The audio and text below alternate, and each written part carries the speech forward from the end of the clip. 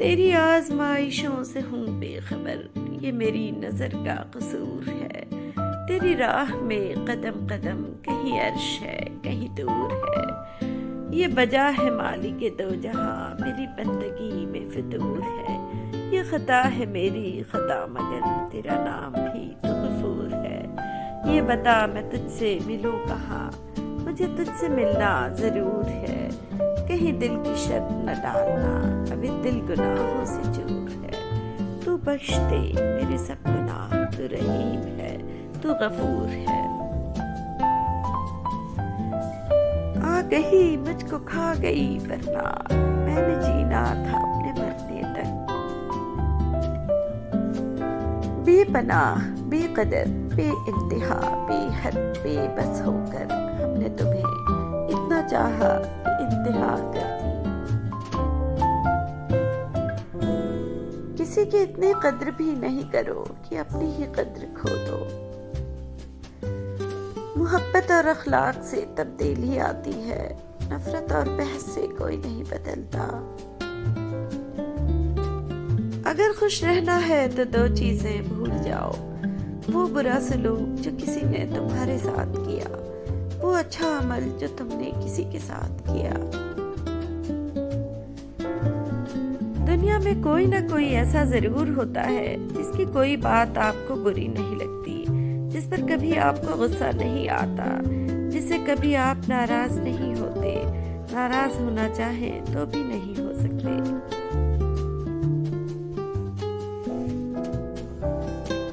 بعض لوگ مسکرانا بالکل بھول جاتے ہیں، یہاں تک کہ ان کے ہونٹوں کے گرد لاف لائنز بھی غائب ہو جاتی ہیں۔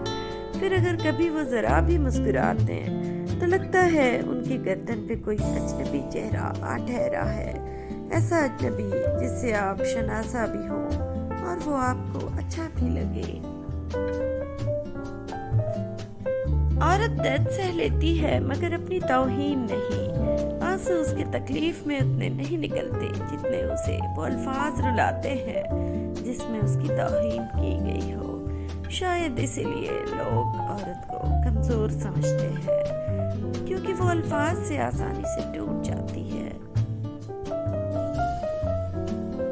مسافر ہر بشر ہے کوئی نہیں یہاں جاوداں، کب چھوڑ جائیں یہ جہاں کسی کو کیا خبر۔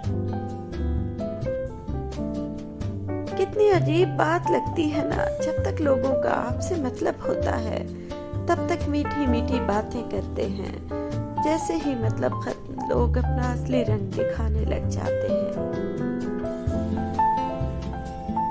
جب کوئی غبارہ آپ کے منہ پر پھٹ جائے تو غصہ کس بات کا، آپ نے ہی اس میں ہوا بھری اور اسے اس کے حجم سے بڑا کر دیا۔ بالکل یہی معاملہ کچھ لوگوں کا ہے، جب آپ ان کے حجم سے بڑھ کر ان سے سلوک کریں، ان کے قد سے بڑھ کر عطا کریں، اور جس چیز کے وہ قابل نہیں، وہ اہل نہیں، وہ احسان ان پر کریں، تو وہ ایک دن آپ کے منہ پر ہی پھٹ پڑیں گے۔ کم ظرف پر احسان نہ کر، اور جس پر احسان کر پھر اس کے شر سے ڈر۔ ہم پرفیکٹ نہیں ہوتے، ایک طرف ہم کسی کی بہترین یاد ہوتے ہیں تو دوسری طرف کوئی ہمارا نام تک لینا پسند نہیں کرتا، کوئی ہمارے ساتھ کے لیے ترستا ہے اور کوئی ہمارے سائے سے بھی دور رہتا ہے۔ کوئی بھی انسان صرف اچھا یا صرف برا نہیں ہوتا، ہم کسی کے لیے ایک مثال اور کسی کے لیے ایک سبق ہوتے ہیں۔ ایک شخص نے آئینہ دیکھا تو معلوم ہوا کہ اس نے قمیض الٹی پہنی ہوئی ہے اور ناک پر سیاہی لگی ہوئی ہے۔ آئینے کا کام تھا دکھانا، سو اس نے دکھا دیا۔ اب کیا وہ شخص آئینے پر خفا ہو گیا کہ اس نے کیوں اس کی خامیوں سے آگاہ کیا؟ نہیں، بلکہ وہ فوراً اپنی بگڑی ہوئی حالت کو درست کرنے کی فکر میں لگ جائے گا۔ یہی مثال ان لوگوں کی ہے جو ہمیں ہمارے عیبوں سے آگاہ کرتے ہیں، پھر ہم ان پر کیوں ناراض ہوتے ہیں؟ وہ بھی تو در حقیقت ہمیں ہماری روح کا آئینہ دکھا رہے ہوتے ہیں۔ بجائے ان پر غصہ ہونے کے ہمیں ان کا شکر گزار ہونا چاہیے کہ ان کے دکھائے گئے آئینے کی بدولت ہمیں اپنی غلطیوں کی اصلاح کا موقع مل رہا ہے۔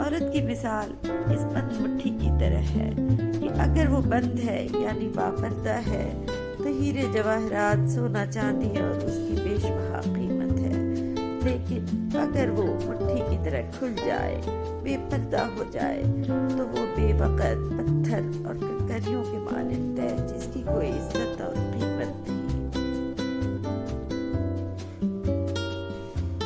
سنو لڑکی، مرد چاہتا ہے کہ جس عورت کو وہ چھوڑ دے وہ روتی پھرے، ٹھوکریں کھاتی پھرے، خود کو تباہ کر لے، اسی کے نام کی مالا جپتی پھرے، اس کی منتیں کرے، پاؤں پکڑے، اپنے ماتھے پہ سوگواری کا ٹھپا لگائے گھومتی پھرے۔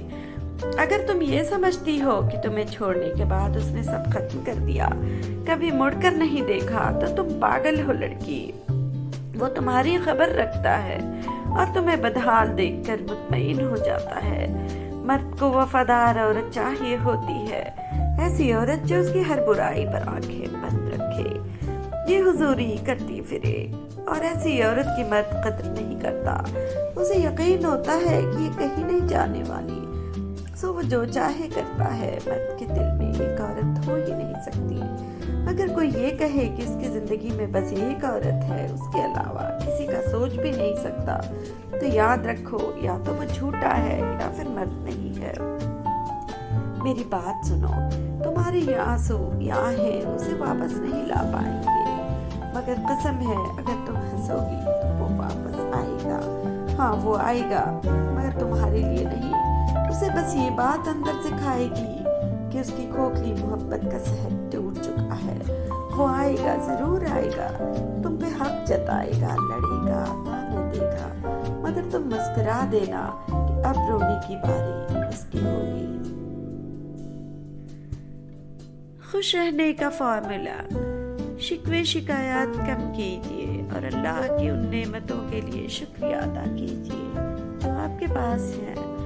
اپنے مسائل کے بارے میں کم سوچیں، مسائل کے حل کے لیے پوری کوشش کریں، نتائج کے بارے میں فکر مند نہ ہوں، صرف اتنی ذمہ داریاں قبول کریں جتنی کر سکتے ہوں، اپنی سکت سے زیادہ کام لینے سے گریز کریں، اپنے لیے بھی وقت نکالیں، اللہ تعالیٰ سے باتیں کریں، اپنے ارد گرد کے لوگوں اور گھر والوں کو خوش رکھنے کی کوشش کیجیے، آپ کو بھی خوشی ملے گی۔ دوسروں کی برائیوں پر نظر مت رکھیں اور اپنی اصلاح کی کوشش کرتے رہیں۔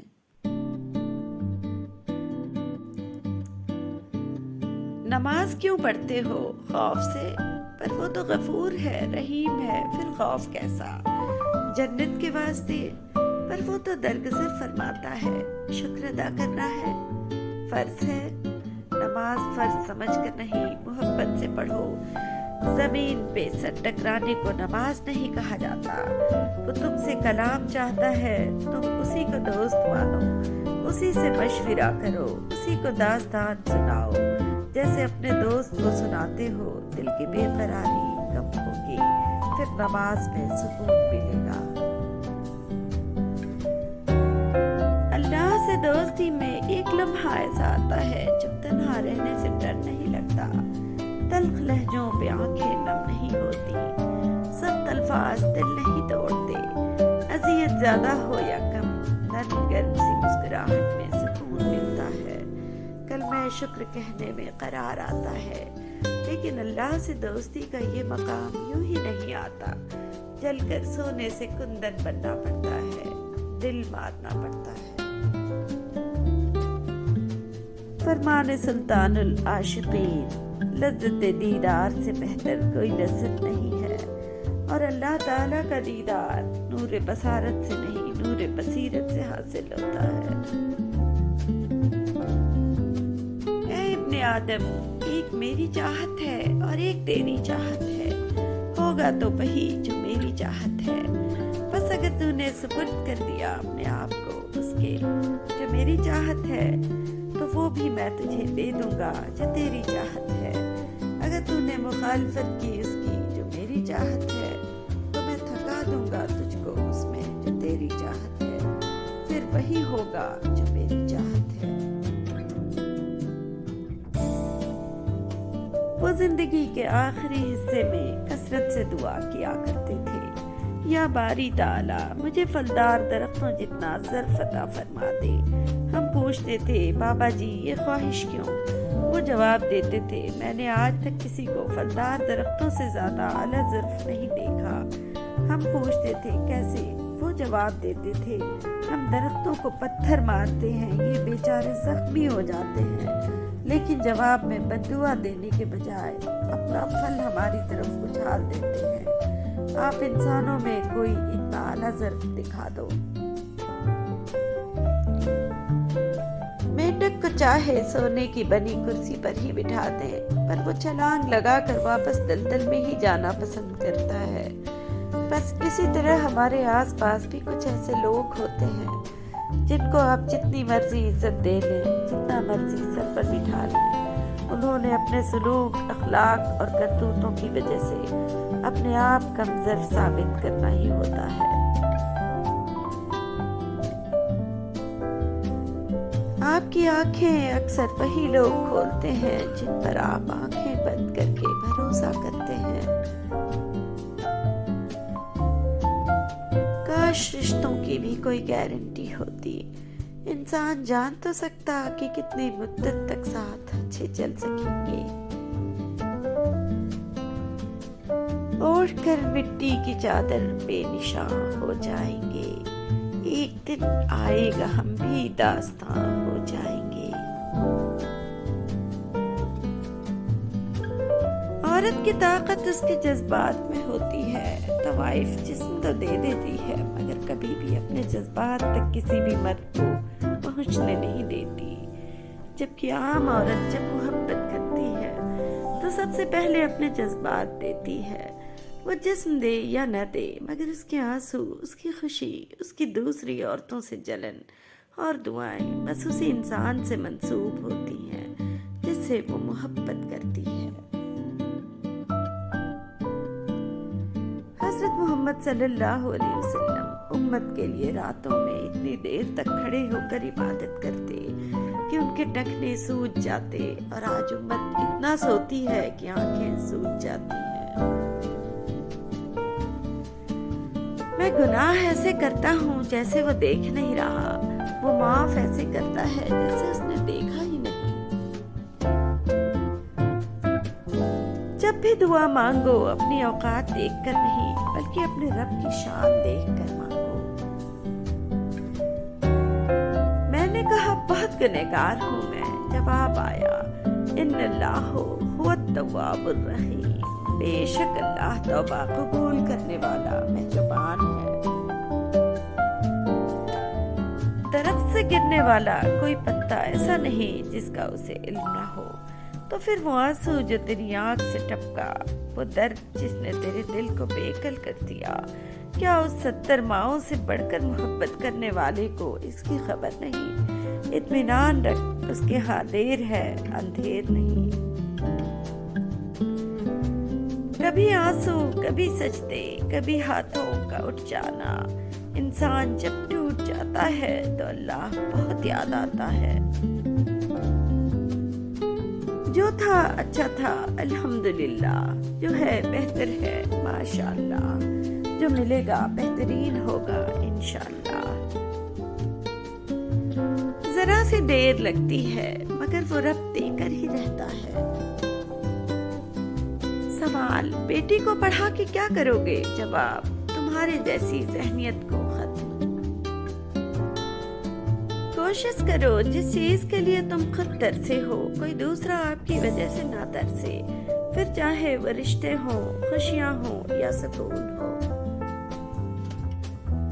سب سے خطرناک ناراضگی وہ ہوتی ہے جس میں آپ اس شخص پر جتاتے نہیں کہ آپ ناراض ہیں اور دل ہی دل میں رکھتے ہیں، یہاں تک کہ ایک دن وہ دلوں کا کھوٹ رشتوں کے ٹوٹنے کا سبب بن جاتا ہے۔ جب بھی کوئی دل دکھائے تو اسے صرف اس وجہ سے دل سے معاف کر دو کہ میرا رب بھی مجھے روز محشر میں اس طرح معاف فرمائے گا۔ جانتے ہو سب سے بڑی اذیت کیا ہے؟ سب کچھ جانتے ہوئے بھی منتظر رہنا۔ ساری دنیا کے رہنماؤں کی رہنمائی کچھ نہیں کر سکتی اگر آپ خود کچھ نہ کرنا چاہیں۔ رب انی مغلوب فانتصر، میرے رب میں بے بس ہوں، تو میری مدد فرما۔ سجدوں سے رب کو اور اخلاق سے اس کے بندوں کو خوش رکھو، دونوں جہان میں آسانی ہوگی۔ ہم لوگ بھی کتنے عجیب ہیں، نشانیاں محفوظ رکھتے ہیں اور لوگ کھو دیتے ہیں۔ دل کرتا ہے پلٹ جاؤں آسماں کی طرف، مزاج اہل زمیں کا نہیں ملتا مجھ سے۔ زندگی تجھ کو لمحوں کا سفر کہتے تھے، بیچ میں آ گئی صدیوں کی مسافت کیسے۔ مضبوط انسان وہ نہیں ہوتا جو روتا نہیں، بلکہ مضبوط انسان وہ ہوتا ہے کہ جس کی آنکھوں سے آنسو نکلیں اور وہ ان آنسوؤں کو پہنچ کر ایک بار پھر دنیا کا مقابلہ کرنے کو تیار ہو جائے۔ کبھی کبھی غصہ مسکراہٹ سے زیادہ خاص ہوتا ہے، کیونکہ مسکراہٹ سب کے لیے ہوتی ہے، مگر غصہ صرف ان کے لیے جن کو ہم کھونا نہیں چاہتے۔ قدر کرو ان لوگوں کی جو تمہیں بنا مطلب چاہتے ہیں، کیونکہ دنیا میں خیال رکھنے والے کم اور تکلیف دینے والے زیادہ ہیں۔ حضرت انس رضی اللہ تعالیٰ عنہ حضور اقدس صلی اللہ علیہ وسلم کا ارشاد نقل فرماتے ہیں کہ جس نے میری سنت کو زندہ کیا اس نے مجھ سے محبت کی، اور جس نے مجھ سے محبت کی وہ میرے ساتھ جنت میں ہوگا۔ آنریبل ویورز، اگر آپ میرے چینل کو گروتھ دینا چاہتے ہیں تو آپ اس نیچے دیے گئے سپر تھینکس بٹن کو کلک کر کے میرے چینل کی مدد کر سکتے ہیں۔ شکریہ۔